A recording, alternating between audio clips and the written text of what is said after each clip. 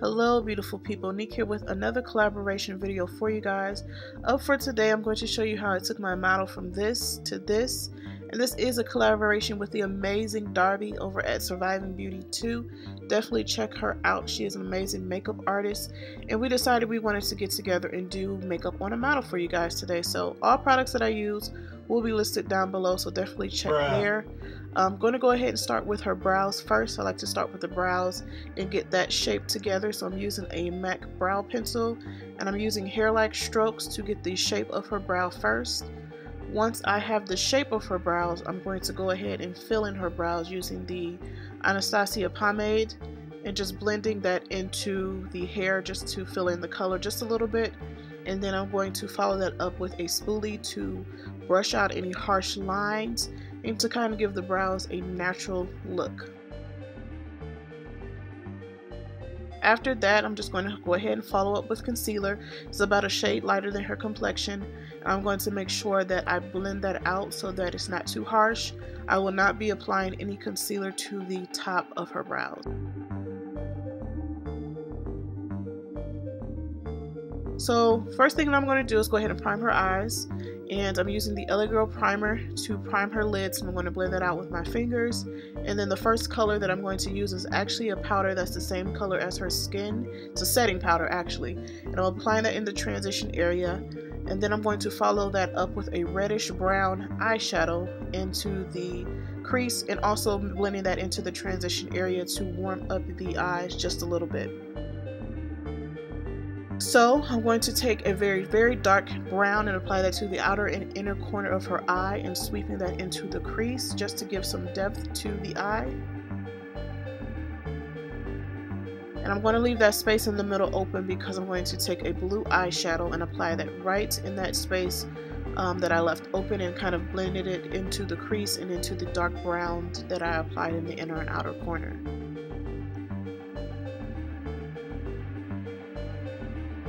I do want to make sure that I'm going back and forth between a blending brush to make sure that there are no harsh edges when I'm applying that color. After everything is finished with the eyes, I'm going to apply a vanilla shade to the brow bone just to bring some light there, and then make sure that I clean up any fallout that may happen. And then to open up her eyes just a bit, I'm going to apply a tear duct color. The gel liner that I'm using is by Inglot, and I'm just applying a small wing to her eye because the lashes are very dramatic, so I wanted just a very small wing on her eye. And then the lashes that I used are by Broadway.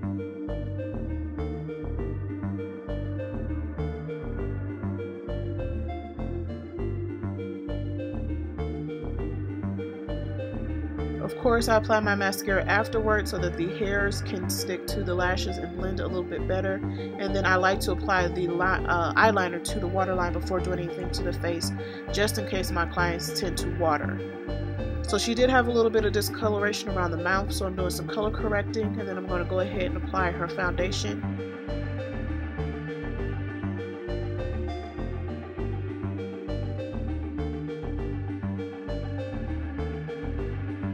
After I have all of her foundation on and blended and making sure that all of the color corrected areas are covered, I'm going to start my highlighting. I like to use a cream highlighter, and I don't like to use too much because I don't want it to be too bright and too not natural, I guess I can say, something that's not natural. So I like to use just a little bit in certain areas and apply the highlighted areas first, and then I will follow that up with her contour and contour her face as well.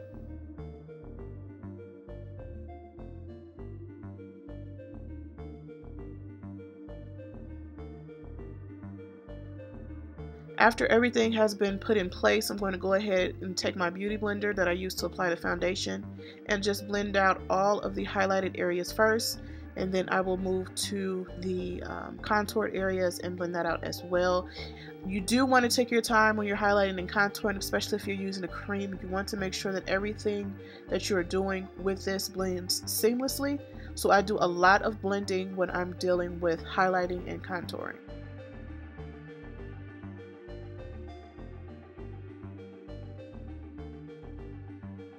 After that, I'm going to go ahead and use a pressed powder and set her highlighted areas. I prefer pressed over loose, and I'm also going to use a pressed powder to set her contour areas as well. Now I'll be following up the contour with a blush, a nice little flush of color on the cheeks, nothing too bright because the eyes are very bold. And then I'm also going to highlight her skin to give her a little bit of a glow. Afterwards, I decided I wanted to smoke out her lower lash line, and I just used a little bit of black on an eye shadow brush and just kind of smudged out the bottom lash line. For the lips, I'm going with a nude lip. I didn't want anything too dramatic because of the eyes. I didn't want it to compete. And then I'm going to use a brown liner to make this color very wearable for her complexion.